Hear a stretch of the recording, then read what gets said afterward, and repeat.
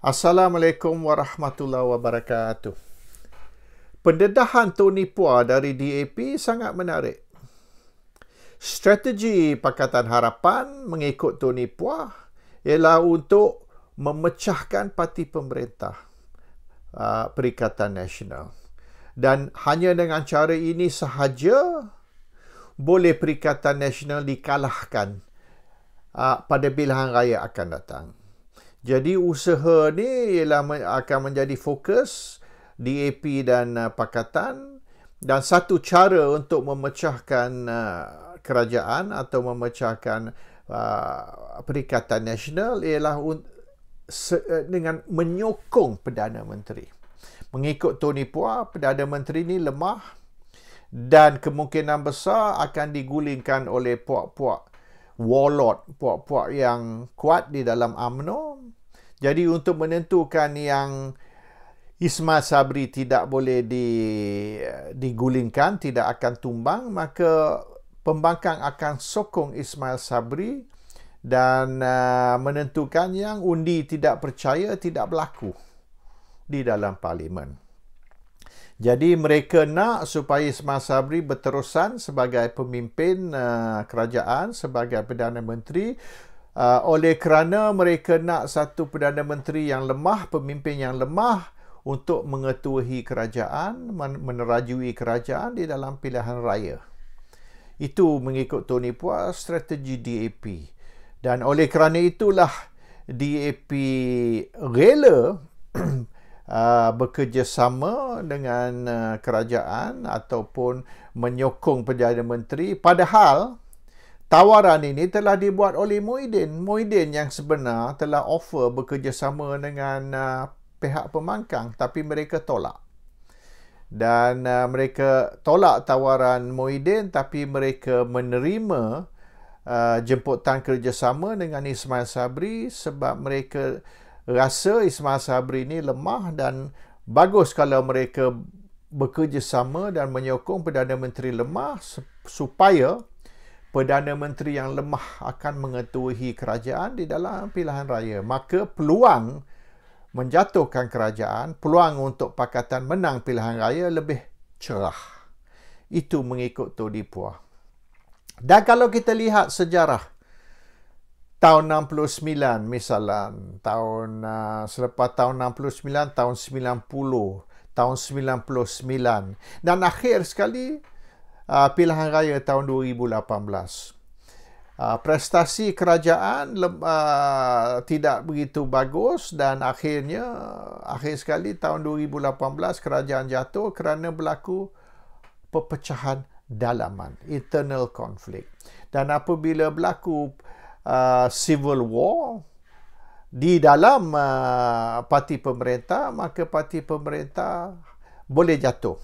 Sejarah telah membuktikan. Dan sekiranya Perikatan Nasional ni bersatu,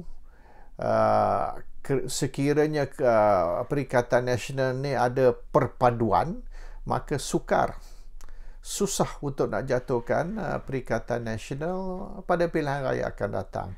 Jadi kenalah Perikatan Nasional ni kecoh, terutama sekali UMNO. Apabila kecoh dan berlaku pergaduhan, dalaman, internal conflict, peluang untuk menjatuhkan kerajaan pada pilihan raya akan datang lebih cerah. Dan ini akan menjadi strategi atau fokus kepada Pakatan secara nak mendapat balik kuasa pada pilihan raya akan datang. Dan ini pun dah mula nampak berlaku apabila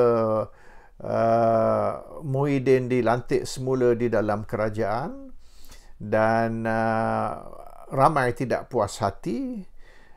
Dan terutama sekali orang UMNO sendiri dan juga Mahathir, sebab Mahathir berharap beliau akan dilantik sebagai penasihat kepada Perdana Menteri untuk usaha memulihkan ekonomi dan sebagainya, tapi sebaliknya Muhyiddin yang diberi jawatan tersebut dan nampak macam Muhyiddin ni bukan saja berkuasa tapi akan lebih banyak kuasa dari Perdana Menteri.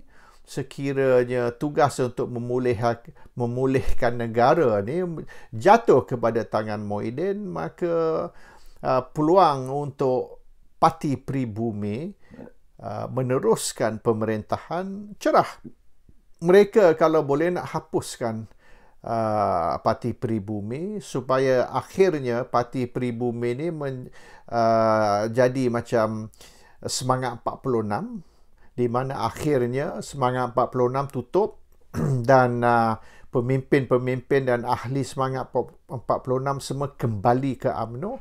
Mereka nak Parti Pribumi ni juga tutup dan baik pemimpin penyokong semua kembali ke UMNO supaya UMNO kembali menjadi kuat dan tidaklah pecah kepada UMNO dan Parti Pribumi. Jadi akhirnya UMNO nak menjadi Parti Melayu tunggal dan tidak ada lagi Parti Melayu lain. Macam sekarang ni ada Pejuang, ada PAS, ada Parti Pribumi dan UMNO kena compete. UMNO kena bersaing untuk mendapat sokongan Melayu. Jadi mereka harap dengan kerjasama pembangkang, kerjasama DAP, UMNO boleh kembali menjadi kuat. Dan yang aneh sekali, sekiranya UMNO nak kembali menjadi kuat, ianya hanya boleh berlaku dengan bantuan DAP. Tapi DAP pula nak supaya Melayu berpecah. 4, 5, 6 pun tak apa, kerana apabila Melayu berpecah, maka peluang untuk Pakatan memerintah sangat cerah. Jadi memang ada konflik of interest di antara DAP dan UMNO. UMNO nak menggunakan DAP untuk nak hancurkan Parti Melayu lain. DAP pula nak orang Melayu berpecah supaya Pakatan boleh kembali memerintah. Itu yang sedang berlaku dan kita akan tengok dalam setahun akan datang menjelang pilihan raya yang ke-15 akan berlaku macam-macam politik dalaman, internal politicking di dalam Perikatan Nasional. Ada yang akan berlaku dengan peranan DAP dan Pakatan dan ada yang akan berlaku di antara orang UMNO sendiri yang masing-masing nak merebut kuasa dan tentukan siapa akan akhirnya memimpin UMNO pada pilihan raya akan datang. Assalamualaikum warahmatullahi wabarakatuh.